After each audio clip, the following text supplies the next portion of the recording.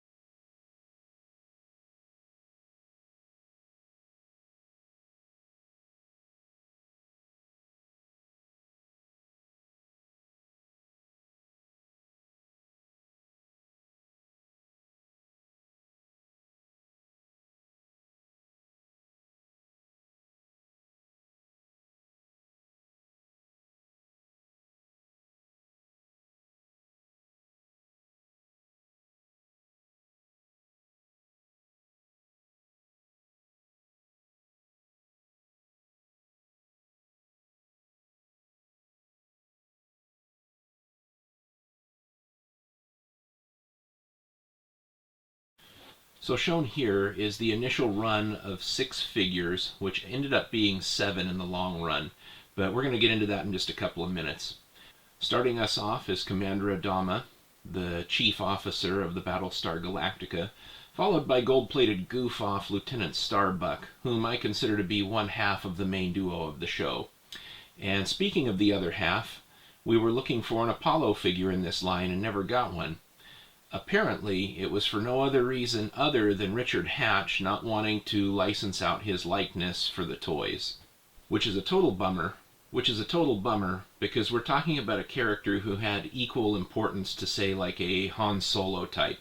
So it would have been like Star Wars with a Luke and really no Han Solo.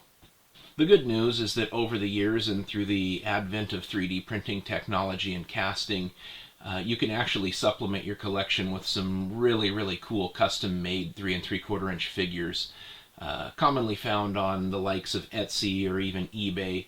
So if you're thinking about purchasing these figures, you are not going to find yourself Apollo-less, so to speak. But getting back on track, shown next here is Daggett in dark brown. And Daggett is some sort of weird spare base dog cyborg thing.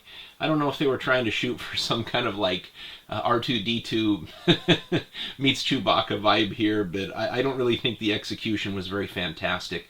And I do suspect that the repaint was just put in there so that they could fill out full cases of 8 figures for pack out. And moving on, we actually have one of the cooler designs from the show, which is the enemy robot drone cyborg thing. They're called the Cylons. They have a really cool sort of Trojan-inspired helmet. Featured vac metal. One thing I did find a little bit odd about this one, though, is that there's no articulation in the legs. Don't know if that was done as a cost-saving measure or what, but overall it really doesn't detract from the figure. After the Cylon, this green fella with the extra arms is called Ovion. And in the shows, Ovion or Ovions were actually like these intergalactic slave traders, so they were bad dudes. They were hanging out on the underside of this recreational planet that the crew found themselves on. Next, we have the Imperius Leader, which I gotta say is probably about the funkiest design of all of these figures. He looks like some kind of like space trout with an afro or something. Another cool thing that they did with Wave 1 is essentially come up with a couple of multi-packs. I mean, you could get 6 of the figures in one big pack, and then they actually released a second 4-pack which sported 3 bad guys and a Daggett. Another really neat thing about this line is that all of the packaging had that really sweet Mattel cross-cell art on the back. So when you have a look at the way that this was hand-painted and the way that the characters were arranged, they sort of repeated this in several of their lines, including Masters of the Universe. So good on Mattel. I think the back of the packages look great.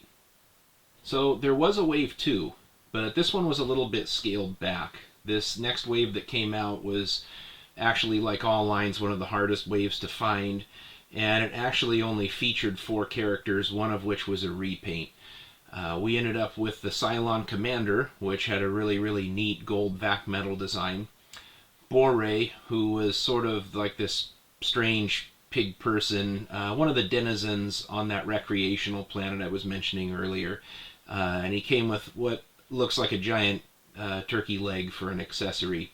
We also got the nefarious Baltar and his assistant Pepper Shaker, aka Lucifer, which was probably one of the neater figures in the line. It actually featured translucent plastic and is what I would consider to be one of the more visually interesting characters in the line.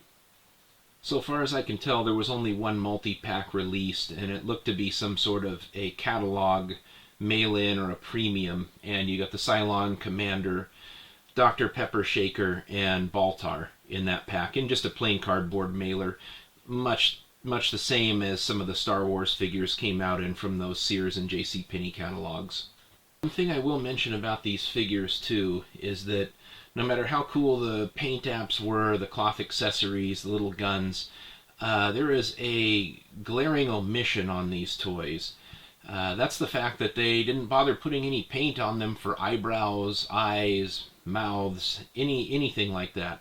So essentially you got these terrific figures that do almost have a little bit of a knockoff feel because they're lacking any sort of paint apps on the face.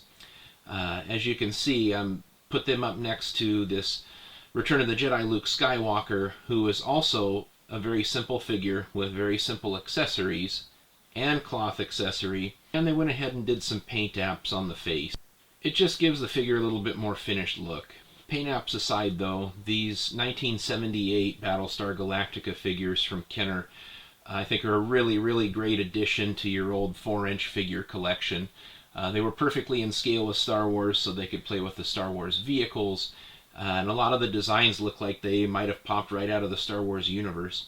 So overall, this is a rabbit hole I've been really excited to go down ever since that ill-fated trip to Xenophile and Richland after a decidedly tame trip to the Inland Northwest Toy Show. So there you have it, guys. It's a quick little look at the Battlestar Galactica figures. As any other line that's out there, the initial 6 to 7 figure offering is pretty easy to snag still on eBay at really good prices. Once you start getting up into your Bores, your Baltars, and Dr. Pepper Shaker, becomes a little bit more problematic. Also, those Cylons feature vac metal, so getting one in good shape is just next to impossible. That vac metal just kind of flakes off. But let me know what you think. Did this inspire you to take a look at a new toy line and maybe fall down the rabbit hole with me? Comment below. If I don't hear from you, I'll see you in the toy aisles.